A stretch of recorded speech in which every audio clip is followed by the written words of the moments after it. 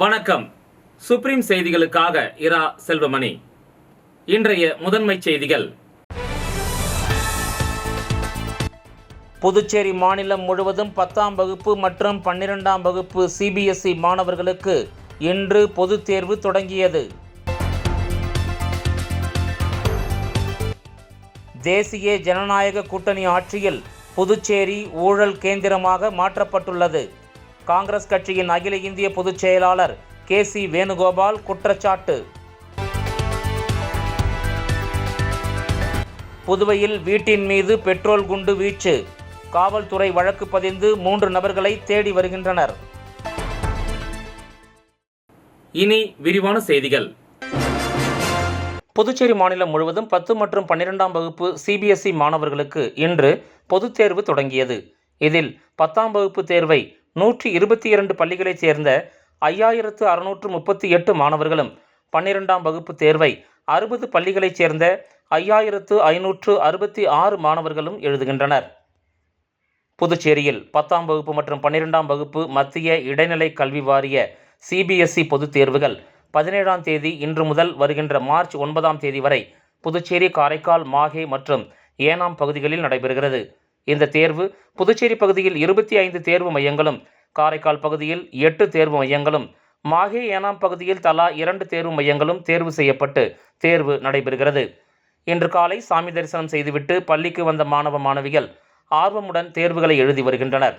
மாணவர்களுக்கு தேவையான குடிநீர் வசதி மற்றும் கழிவறை வசதிகள் என அனைத்து வசதிகளும் பள்ளிக்கல்வித்துறை சார்பில் செய்து கொடுக்கப்பட்டுள்ளது. தேர்வர்கள் முறைகேடுகளில் ஈடுபடுவதை தவிர்ப்பதற்கு பறக்கும் படைகளும் அமைக்கப்பட்டுள்ளது. புதுச்சேரியில் 10ஆம் வகுப்பு பொதுத் தேர்வினை 83 அரசு பள்ளிகளைச் சேர்ந்த 3916 மாணவர்களும், 12ஆம் வகுப்பு பொதுத் தேர்வினை 44 அரசு பள்ளிகளைச் சார்ந்த 3953 மாணவர்களும் தேர்வெழுதுகின்றனர். காரைக்கால் பகுதியில் 10ஆம் வகுப்பு பொதுத் தேர்வினை 1134 மாணவர்களும், 12ஆம் வகுப்பு பொதுத் தேர்வினை 1223 மாணவர்களும் எழுதுகின்றனர். இதேபோல் மாஹே பகுதியில் 10ஆம் வகுப்பு பொதுத் தேர்வினை 333 மாணவர்களும், 12ஆம் வகுப்பு பொதுத் தேர்வை 346 மாணவர்களும் எழுதுகின்றனர். ஏனாம் பகுதியில் 10ஆம் வகுப்பு பொதுத் தேர்வினை 255 மாணவர்களும், 12ஆம் வகுப்பு பொதுத் தேர்வினை 44 மாணவர்களும் எழுதுகின்றனர். தேர்வு நடைபெறும் நாட்களில் தேர்வெழுத வருகை தரும் தேர்வர்கள் எவரும் அலைபேசி மற்றும் எந்தவொரு தகவல் தொடர்பு சாதனங்களையும் எடுத்து வர தடை செய்யப்பட்டுள்ளது. தேர்வு மையத்தில் ஒழுங்கீன செயலில் ஈடுபடும் தேர்வர்கள் கண்டறியப்பட்டால் கடுமையான தண்டனை வழங்கப்படும் என்றும் எச்சரிக்கப்பட்டுள்ளது. தேர்வு எழுதும் மாணவ மாணவிகளுக்கு துணைநிலை ஆளுநர் கைலாஷ்நாதன், முதலமைச்சர் ரங்கசாமி உள்ளிட்ட பல்வேறு அரசியல் கட்சி தலைவர்கள் வாழ்த்துக்களை தெரிவித்துள்ளார்கள் என்பது குறிப்பிடத்தக்கது. வணக்கம், என் பேர் சஞ்சய். நான் திருவிக்கா ஸ்கூலில் படிக்கிறேன். மேக்ஸ் எக்ஸாம் இன்னைக்கு மேக்ஸ் எக்ஸாம் சொல்லியிருந்தாங்க. மேக்ஸ் எழுத போகிறேன். எனக்கு ஆக்சுவலாக பயமே இல்லை. இப்போது நல்லா நடத்திருக்காங்க, ஓரளவுக்கு நல்லா ட்ரைனிங் பண்ணியிருக்காங்க. அதனால் இப்போ அந்த எக்ஸாம் ஃபியரே இல்லை. ஆனால் லைட்டாக இப்போது புதுசாக எழுத போகிறதுனால லைட்டாக ஒரு பயம் மட்டும்தான் இருக்குது, வேறு எதுவுமே இல்லை. கூடவே இது ஒரு நல்ல எக்ஸ்பீரியன்ஸாக இருக்கும்னு நான் நினைக்கிறேன். 11th 12th இன்னும் என் கெரியரெல்லாம் பூஸ்ட் பண்ணணும்னு விரும்புகிறேன். கூடவே இப்போ மேக்ஸ் நான் இப்போ நல்லா எழுதணுன்னா எங்கள் டீச்சர் அந்த அளவுக்கு ஹெல்ப் பண்ணியிருக்காங்க. நான் நல்லா எழுதணுன்ற ஒரு நம்பிக்கை எனக்கு இருக்குது. தேசிய ஜனநாயக கூட்டணி ஆட்சியில் புதுச்சேரி ஊழல் கேந்திரமாக மாற்றப்பட்டுள்ளதாக காங்கிரஸ் கட்சியின் அகில இந்திய பொதுச் செயலாளர் கே.சி. வேணுகோபால் குற்றஞ்சாட்டியுள்ளார்.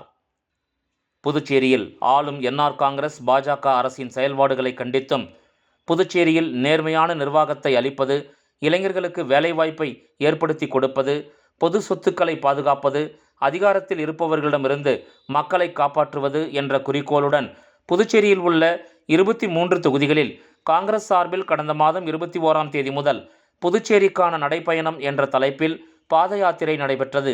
இதன் நிறைவு நாள் பயணமாக இன்று நடைபெற்ற நடைபயணத்தில் காங்கிரஸ் கட்சியின் தேசிய பொதுச் செயலாளரும் எம்பியுமான கே.சி. வேணுகோபால் பங்கேற்றார். அவருடன் புதுச்சேரியின் மேலிட பொறுப்பாளர் கிரீஷ் சோடங்கர், புதுச்சேரி மாநில காங்கிரஸ் தலைவர் வைத்திலிங்கம், முன்னாள் முதலமைச்சர் நாராயணசாமி, சட்டமன்ற உறுப்பினர்கள் வைத்தியநாதன், ரமேஷ் பரம்பத் உள்ளிட்ட ஆயிரக்கணக்கான காங்கிரஸ் கட்சியினர் பங்கேற்றனர். பேரணியானது கொக்கு பார்க் அருகில் இருந்து புறப்பட்டு காமராஜர் சாலை, நேரு வீதி வழியாக வந்து மிஷன் வீதியில் பேரணி நிறைவடைந்தது. பின்னர் காங்கிரஸ் கட்சியினர் மத்தியில் பேசிய கே.சி. வேணுகோபால், புதுச்சேரியில் கடந்த 5 ஆண்டு காலத்தில் உருப்படியான மக்கள் நலத்திட்டம் எதுவும் நிறைவேற்றப்படவில்லை என்றார். கடந்த தேர்தலுக்கு முன்பு புதுச்சேரி வந்த பிரதமர் புதுச்சேரியை முதல் இடத்துக்கு கொண்டு வருவோம், பெஸ்ட் புதுச்சேரி ஆக்குவோம் என்றார். இப்போது என்ன நிலைமை, என்ன நடந்தது மக்களுக்கு தெரியுமா என்று கேள்வி எழுப்பிய அவர், டபுள் என்ஜின் ஆட்சி என்ன ஆனது, புதுச்சேரிக்கு மாநில அந்தஸ்து, விமான நிலையம் விரிவாக்கம் நடைபெறவில்லை, காரைக்கால் துறைமுகம் விற்றுவிட்டதோடு அதானி துறைமுகமாக அது மாறிவிட்டது. உங்களுக்கு இந்த ஆட்சி மகிழ்ச்சி அளிக்கிறதா? இளைஞர்களுக்கு வேலைவாய்ப்பு இல்லை, இளைஞர்கள் சகோதரிகள் பாதிக்கப்படுகின்றனர், ஒரு வாக்குறுதி கூட நிறைவேற்ற முடியாத டபுள் இன்ஜின் ஆட்சியா என்று கேள்வி எழுப்பிய அவர், புதுச்சேரி மக்களுக்கு எதுவும் செய்யாமல் மருந்து ஊழலில் 10,000 கோடி ரூபாய் ஊழல்தான் செய்தனர் என்று கூறினார். மருந்து தொழிற்சாலை எவ்வித அனுமதியும் இல்லாமல் ஆட்சியாளர்கள் தயவோடு நடந்துள்ளது. கரப்ஷன் ஹப்பாக தேசிய ஜனநாயக கூட்டணி ஆட்சியில் புதுச்சேரி மாற்றப்பட்டது. கடந்த ஆட்சியில் ஒன்றிய அமைச்சர்களை சந்தித்தும் ஒன்றும் உருப்படியாக நடக்கவில்லை. வரும் தேர்தலில் காங்கிரஸ் கூட்டணிதான் வெற்றி பெறும். அவர்களுக்கு மக்கள் பாடம் புகட்டுவார்கள், கரப்ஷனுக்கு பதிலடியை கொடுப்பார்கள். தெருவில் இறங்கி மக்களை சந்தித்த போது அவர்கள் இந்த ஆட்சியின் மீது வெறுப்பை வெளிக்காட்டியுள்ளனர். எனவே காங்கிரஸ் கூட்டணிதான் வெற்றி பெறப் போகிறது என்றார். தொடர்ந்து என்ஆர் காங்கிரஸ் கட்சியைச் சேர்ந்தவரும் முன்னாள் துணை சபாநாயகருமான டிபிஆர் செல்வம் அக்கட்சியிலிருந்து விலகி பொதுச் செயலாளர் கேசி வேணுகோபால் முன்னிலையில் காங்கிரஸ் கட்சியில் இணைந்தார்.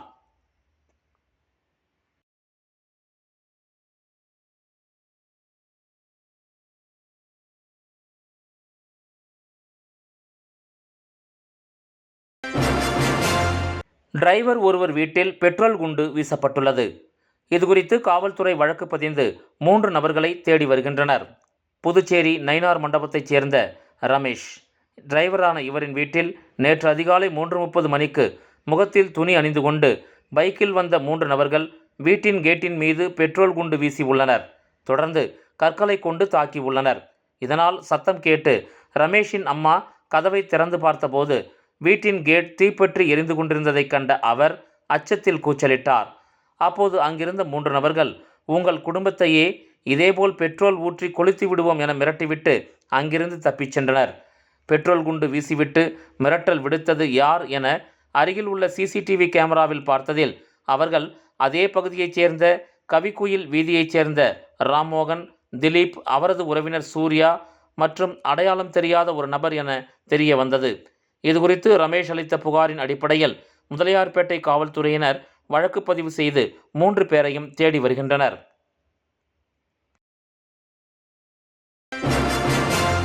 புதுச்சேரி கல்வே பங்களாவில் அமைந்துள்ள துலுக்கானத்தம்மன் ஆலயத்தில் மகா சிவராத்திரி விழா கொண்டாடப்பட்டது. புதுச்சேரி காமராஜர் சாலை ஜெயராம் ஹோட்டல் எதிரே கல்வே பங்களாவில் அமைந்துள்ள அருள்மிகு துலுக்கானத்தம்மன் ஆலயத்தில் ஒவ்வொரு ஆண்டும் மகா சிவராத்திரி விழா வெகு விமரிசையாக கொண்டாடப்படுவது வழக்கம். அந்த வகையில் இந்த ஆண்டும் மகா சிவராத்திரியை முன்னிட்டு துலுக்கானத்தம்மன் மற்றும் சிவபெருமானுக்கு பால், தயிர் உள்ளிட்ட பல்வேறு வாசனை திரவியங்கள் கொண்டு சிறப்பு அபிஷேகங்கள் செய்யப்பட்டு சிறப்பு பூஜைகள் செய்யப்பட்டு மகா தீப ஆராதனை காண்பிக்கப்பட்டது. அதனைத் தொடர்ந்து சாமி சிறப்பு அலங்காரத்தில் பக்தர்களுக்கு அருள்பாலித்தார். இதில் திரளான பக்தர்கள் கலந்து கொண்டு சாமியை வழிபட்டனர். பின்னர் இந்த பூஜையில் கலந்து கொண்ட அனைவருக்கும் பிரசாதம் மற்றும் நலத்திட்ட உதவிகள் வழங்கப்பட்டது. இதற்கான ஏற்பாடுகளை ஆலய நிர்வாகி ராஜேஷ் உள்ளிட்ட நிர்வாகிகள் சிறப்பாக செய்திருந்தனர். சஞ்சீவி நகரில் கழிவுநீர் சுத்திகரிப்பு மையத்திற்கு பூமி பூஜை செய்யப்பட்டது. இதில் எம்பி செல்வகணபதி பணிகளை தொடங்கி வைத்தார். புதுச்சேரி காலாப்பட்டு தொகுதிக்கு உட்பட்ட சஞ்சீவி நகர் பகுதியில் புதிய கழிவுநீர் சுத்திகரிப்பு மைய கட்டடம் கட்டுவதற்கான பூமி பூஜை மற்றும் அடிக்கல் நாட்டு விழா திங்கட்கிழமை மாலை சிறப்பாக நடைபெற்றது. நாடாளுமன்ற மாநிலங்களவை உறுப்பினர் மேம்பாட்டு நிதியின் கீழ் சஞ்சீவி நகரில் வடிகால் நீர் சுத்திகரிப்பு மையத்திற்காக 37.91 லட்சம் ரூபாய் மதிப்பீட்டில் இந்த புதிய திட்டப்பணிகள் மேற்கொள்ளப்படுகின்றன. நாடாளுமன்ற மாநிலங்களவை உறுப்பினர் செல்வகணபதி அவர்கள் விழாவில் கலந்து கொண்டு பூமி பூஜையை நடத்தி பணிகளை முறைப்படி தொடங்கி வைத்தார். இந்த நிகழ்ச்சிக்கு காலாப்பட்டு தொகுதி சட்டமன்ற உறுப்பினரும் முன்னாள் போக்குவரத்து துறை அமைச்சருமான PML கல்யாணசுந்தரம் முன்னிலை வகித்தார். சஞ்சீவி நகர் திரௌபதி அம்மன் ஆலய தீமிதி திடல் அருகில் நடைபெற்ற இந்த விழாவில் அப்பகுதியைச் சேர்ந்த முக்கிய பிரமுகர்கள், அரசு அதிகாரிகள் மற்றும் பொதுமக்கள் என பலரும் கலந்து கொண்டனர். இந்த சுத்திகரிப்பு மையம் கட்டி முடிக்கப்படும் போது இப்பகுதியின் வடிகால் நீர் மேலாண்மை சீரமைக்கப்பட்டு சுகாதாரமான சூழல் உருவாகும் என தெரிவிக்கப்பட்டுள்ளது.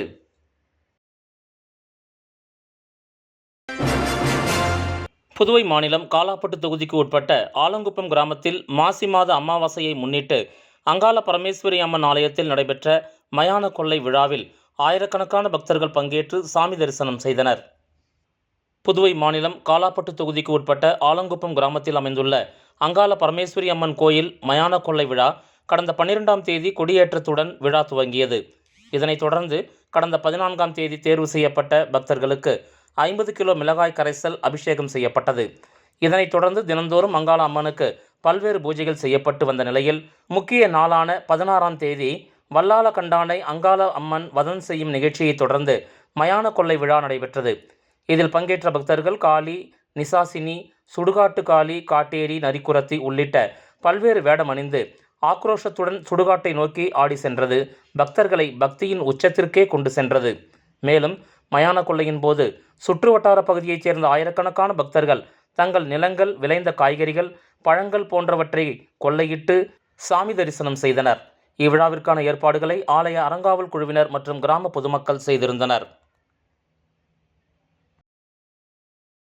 விளம்பர இடைவேளைக்கு பிறகு செய்திகள் தொடரும்.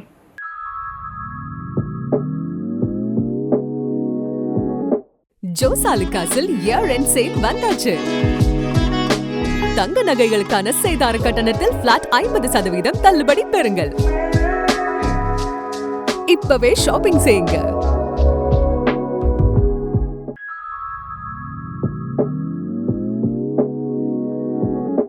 ஜோசாலுகாஸில் இயர் எண்ட் சேல் வந்தாச்சு. தங்க நகைகளுக்கான சேதார கட்டணத்தில் பிளாட் 50% தள்ளுபடி பெறுங்கள்.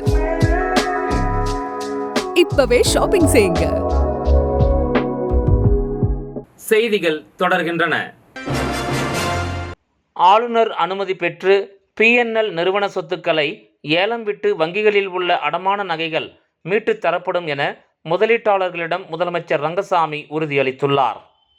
PNLற்கான பாண்டிச்சேரி வங்கிசாரா முதலீட்டாளர்கள் பாதுகாப்பு சங்க செயலாளர் ராஜ்குமார் தலைமையில் நிர்வாகிகள் சட்டசபையில் முதலமைச்சர் ரங்கசாமியை இன்று சந்தித்து கோரிக்கை மனு அளித்தனர். அம்மனுவில் புதுச்சேரியில் நடைபெற்ற PNL நிதி நிறுவனத்தில் பொதுமக்கள் பணத்தை முதலீடு செய்ததுடன் நகைகளை அடமானமும் வைத்திருந்தனர். இந்த நிதி நிறுவனம் பல மோசடிகள் செய்து 2004இல் மூடப்பட்டது. அரசு வழக்கு தொடுத்து கடும் நடவடிக்கையின் பலனாக கடந்த 2023ஆம் ஆண்டு உயர்நீதிமன்றம் பணம் மற்றும் நகைகளை திருப்பிக் கொடுக்க உத்தரவிட்டது. இதற்கு முன்னாள் நீதிபதி மாலா தலைமையில் 2 பேர் குழுவும் நியமித்தது. அக்குழு பணம் முதலீடு செய்தவர்களுக்கு பணத்தினை கொடுத்து முடித்துவிட்டது. ஆனால் நகை அடமானம் வைத்தவர்களுக்கு 10% வரையே கிடைத்தது. மீதி 90% பேருக்கு இதுவரை கிடைக்கவில்லை. இதுகுறித்து முன்னாள் நீதிபதி மாலாவிடம் கேட்கும்போது மக்கள் அடமானம் வைத்த நகைகளை PNL நிதி நிறுவன உரிமையாளர்கள் வங்கிகளில் மறு அடமானம் வைத்துள்ளதாகவும் அதை அவர்கள் மீட்டு கொடுத்தால் மட்டுமே நகைகளை கொடுக்க முடியும் என்று தெரிவிக்கின்றனர். அதற்கு PNL நிறுவனத்தினர் மீது வழக்கு தொடருங்கள் என ஆலோசனை கூறுகின்றார். அதே சமயம் PNL நிதி நிறுவனத்தில் நகைகளை அடமானம் வைத்தவர்கள் வயது முதிர்ச்சி உள்ளிட்ட பல்வேறு காரணங்களால் இன்னல்களுக்கு உள்ளாகி நிர்கதியாக நிற்பதால் அரசே கடுமையான நடவடிக்கைகளை எடுத்தோ அல்லது வழக்கு தொடுத்தோ அடகு நகைகளை மீட்டு ஒப்படைக்க வேண்டும் என்றும் கூறப்பட்டுள்ளது. மனுவை பெற்றுக்கொண்ட முதலமைச்சர் ரங்கசாமி இது தொடர்பாக தான் ஏற்கனவே அதிகாரிகளிடம் பேசியுள்ளேன் என்று கூறினார். மேலும் வழக்கு எதுவும் தொடுக்க வேண்டாம், அந்நிறுவனத்தின் பிற சொத்துக்கள் அரசின் கட்டுப்பாட்டில்தான் உள்ளது, அதனை பொது ஏலம் விட்டு நகைகள் அடகு வைத்துள்ள வங்கிகளுக்கு கொடுக்க வேண்டியதை கொடுத்து PNL முதலீட்டாளர்களிடம் கொடுக்கலாம் என்று கோப்பு தயாரித்து ஆளுநருக்கு அனுப்பியுள்ளேன். ஆளுநர் ஒப்புதல் பெற்று உங்களது அடமான நகைகள் திரும்ப கிடைக்க நடவடிக்கை எடுக்கிறேன் என்று உறுதியளித்தார். திருப்பி கொடுக்கல. இந்த 90% மக்கள் எல்லோரும் வந்து முதியோர்கள், எல்லாம் வயசு 60 வயசுக்கு மேல உள்ளவங்க, இவர்கள் எல்லாம் பாதிக்கப்பட்டிருக்காங்க. ஆகவே நாங்கள் தொடர்ந்து வந்து இதற்காக வந்து அரசை தொடர்ந்து வலியுறுத்திட்டு வரோம். வலியுறுத்தும் போது இன்னைக்கு அந்த வலியுறுத்தும் இயக்கத்தினுடைய ஒரு நடவடிக்கையா இன்னைக்கு முதல்வரை வந்து நாங்கள் சந்திச்சோம். கடந்த ஓராண்டுக்கு முன்னாடியே முதல்வரை சந்திச்சோம். முதல்வர் வந்து அதுக்கான வேலையை ஆவணம் செய்யறதா சொல்லியிருந்தாரு. மீண்டும் அவருக்கு ஒரு ஆண்டு கழிச்சு இன்னைக்கு நினைவுபடுத்துறதுக்காக நாங்கள் மீண்டும் முதல்வரை சந்திச்சோம். சந்திக்கும் போது முதல்வர் என்ன சொல்லியிருக்காங்கன்னா, நான் கோப்பு போட்டுட்டேன், இது வந்து இதுக்கான அப்பீல்லாம் போக தேவையில்ல, சுப்ரீம் கோர்ட்லாம் போக தேவையில்ல, அதுக்கான கோப்பு போட்டு LG கிட்ட கொடுத்துட்டேன், LG தான் இப்போ கையெழுத்து போட்டு அனுப்புனா உங்களுக்கு நகை கிடைச்சிடும் அப்படின்னு எங்களுக்கான ஒரு நம்பிக்கையான வார்த்தையை முதல்வர் சொல்லியிருக்காரு. ஆகவே நாங்கள் வந்து எல்ஜியும் தொடர்ந்து இந்த இயக்க நடவடிக்கை எல்ஜியை அடுத்து பார்த்து எங்களுக்கான இந்த உதவி செய்து கொடுக்கும்படி கேட்பதற்காக முடிவு செஞ்சிருக்கோம். மோதிலால் நேரு தொழில்நுட்ப கல்லூரியில் 40 லட்சத்தில் மின்னணு வழி கற்றல் மையத்தினை பாராளுமன்ற உறுப்பினர் செல்வ கணபதி மற்றும் சட்டமன்ற உறுப்பினர் கல்யாண சுந்தரம் ஆகியோர் திறந்து வைத்தனர். புதுச்சேரி லாஸ்பேட்டை மோதிலால் நேரு தொழில்நுட்ப கல்லூரியின் மின்னணுவியல் துறையில் MP செல்வ கணபதி தொகுதி மேம்பாட்டு நிதியிலிருந்து ரூபாய் 40 லட்சம் மதிப்பில் பொலிவுறு வகுப்பறை மற்றும் மின்னணு வழிகற்றல் மையம் அமைக்கப்பட்டுள்ளது. மேலும் அதன் திறப்பு விழா நடைபெற்றது. இதில் சட்டமன்ற உறுப்பினர் கல்யாண சுந்தரம் தலைமை தாங்கினார். சிறப்பு விருந்தினராக MP செல்வ கணபதி கலந்து கொண்டு மையத்தை திறந்து வைத்தார். மேலும் இந்த நிகழ்ச்சியில் புதுச்சேரி அரசின் உயர் மற்றும் தொழில்நுட்பத்துறையின் இயக்குனர் சிவக்குமார், மாவட்ட ஊரக வளர்ச்சி முகமை திட்ட இயக்குனர் மாணிக்க தீபன், கல்லூரி முதல்வர் உட்பட பலரும் கலந்து கொண்டனர். தொண்டமானத்தம் ஸ்ரீ சுயம்பு அரசனடி முத்தால மாரியம்மன் ஆலயத்தில் மகா சிவராத்திரி மற்றும் மாசி மாத அமாவாசை பூஜைகள் வெகு சிறப்பாக நடைபெற்றது. புதுச்சேரி மாநிலம் ஊசுடு சட்டமன்ற தொகுதிக்கு உட்பட்ட தொண்டமானத்தம் ஸ்ரீ சுயம்பு அரசனடி முத்தால மாரியம்மன் ஆலயத்தில் எழுந்தருளியிருக்கும் அரச சர்ப லிங்கேஸ்வரர் ஆலயத்தில் மகா சிவராத்திரி விழாவினை முன்னிட்டு 4 கால பூஜைகள் நடைபெற்றது. தொடர்ந்து அலங்கரிக்கப்பட்ட சிவபெருமானுக்கு பல்வேறு அபிஷேகங்கள் மற்றும் அலங்காரங்கள் செய்து தீப ஆராதனை காண்பிக்கப்பட்டது. இதில் பக்தர்கள் திரளாக கலந்து கொண்டு சாமி தரிசனம் செய்தனர். தொடர்ந்து விழாவில் கலந்து கொண்ட பக்தர்கள் அனைவருக்கும் ஆலயம் சார்பாக அன்னதானம் வழங்கப்பட்டது. இதனைத் தொடர்ந்து மாசி மாத அமாவாசையை முன்னிட்டு தேவி அங்காள பரமேஸ்வரி அம்மனுக்கு அமாவாசை சிறப்பு பூஜை நடைபெற்றது. இதில் பக்தர்கள் தீச்சட்டி எடுத்து தங்களது நேர்த்திக் கடனை செலுத்தினர். தொடர்ந்து மாசி மாத அமாவாசையை ஒட்டி சாமிக்கு படையலிடப்பட்டது. இதனைத் தொடர்ந்து சுவாமிக்கு பல்வேறு பூஜைகள் செய்து படையலிடப்பட்ட சாதம் பக்தர்களுக்கு பிரசாதமாக வழங்கப்பட்டது.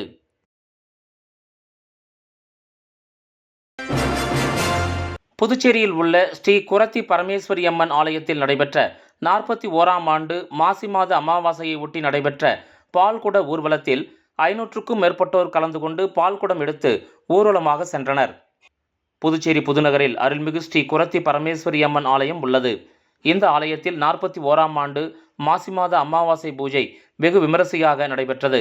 இதனையொட்டி காலை முதல் மகா யாக பூஜை நடைபெற்றது. தொடர்ந்து பால்குட ஊர்வலம் மற்றும் அபிஷேகம் நடைபெற்றது.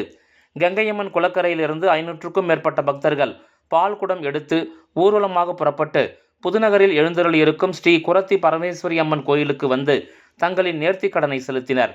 பின்னர் சுவாமிக்கு பால் அபிஷேகம் செய்யப்பட்டு மகா தீப ஆராதனை காண்பிக்கப்பட்டது. இதில் புதுச்சேரி, விழுப்புரம், திண்டிவனம், கடலூர், சென்னை உள்ளிட்ட ஊர்களில் இருந்து திரளான பக்தர்கள் கலந்து கொண்டு தங்களது நேர்த்திக் கடனை செலுத்தி சாமி தரிசனம் செய்தனர். அதன் பின்னர் பூஜையில் கலந்து கொண்ட பக்தர்கள் அனைவருக்கும் பிரசாதம் வழங்கப்பட்டது. இவ்விழாவிற்கான ஏற்பாடுகளை ஜெயபாலன் என்கின்ற ஜெயமூர்த்தி, நாகலட்சுமி, சதீஷ் என்கிற முத்துகிருஷ்ணன், ஆறுமுகம், அருள்ஜோதி, சக்கரவர்த்தி மற்றும் ஊர் பொதுமக்கள் உள்ளிட்டோர் செய்திருந்தனர்.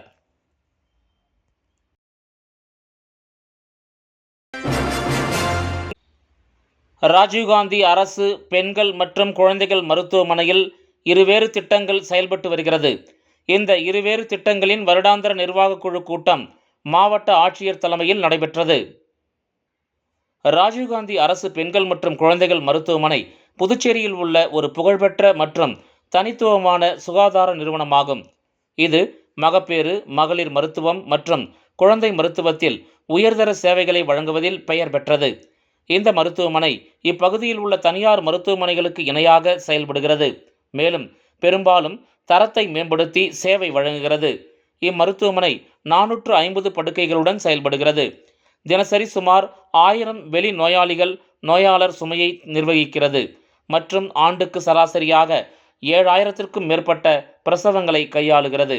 ஏழை நோயாளிகளுக்கு மேம்பட்ட சுகாதார சேவையை வழங்குவதற்காக ரோகி கல்யாண் சமிதி RKS திட்டம் இந்த மருத்துவமனையில் செயல்படுத்தப்படுகிறது. இதனுடன் ஏழை நோயாளிகளுக்கு பணமில்லா சிகிச்சை அளிக்க ஆயுஷ்மான் பாரத், பிரதான் மந்திரி ஜன் சுரக்ஷா யோஜனா, ABPMJAY திட்டமும் செயல்படுத்தப்படுகிறது. இந்த திட்டங்களின் வருடாந்திர நிர்வாக குழு கூட்டம் மாவட்ட ஆட்சியர் தலைமையில் மற்றும் அரசியலமைப்பு சட்டமன்ற உறுப்பினர் KSP என்கிற ரமேஷ் முன்னிலையில் நடைபெற்றது. 2 புகழ்பெற்ற குடிமக்கள் உட்பட RKS மற்றும் ABPMJAY குழுவின் அனைத்து உறுப்பினர்களும் இதில் பங்கேற்றனர். மற்றும் 2 திட்டங்களின் செயல் திட்டங்களும் அஜெண்டா பாயிண்ட்ஸ் விரிவாக விவாதிக்கப்பட்டன. இக்கூட்டத்தின் முடிவில் மாவட்ட ஆட்சியர் மற்றும் சட்டமன்ற உறுப்பினர் நோயாளிகளின் நலனுக்காகவும் மருத்துவமனை மேம்பாட்டிற்காகவும் முன்னுரிமை அடிப்படையில் அனைத்து செயல் திட்டங்களும் செலவிட வேண்டும் என வலியுறுத்தினர். மீண்டும் முதன்மைச் செய்திகள். புதுச்சேரி மாநிலம் முழுவதும் 10ஆம் வகுப்பு மற்றும் 12ஆம் வகுப்பு CBSE மாணவர்களுக்கு இன்று பொதுத் தேர்வு தொடங்கியது. தேசிய ஜனநாயக கூட்டணி ஆட்சியில் புதுச்சேரி ஊழல் கேந்திரமாக மாற்றப்பட்டுள்ளது. காங்கிரஸ் கட்சியின் அகில இந்திய பொதுச் செயலாளர் KC வேணுகோபால் குற்றச்சாட்டு. புதுவையில் வீட்டின் மீது பெட்ரோல் குண்டு வீச்சு. காவல்துறை வழக்கு பதிந்து 3 நபர்களை தேடி வருகின்றனர். இந்த செய்தி அறிக்கை இத்துடன் நிறைவு பெறுகிறது. வணக்கம்.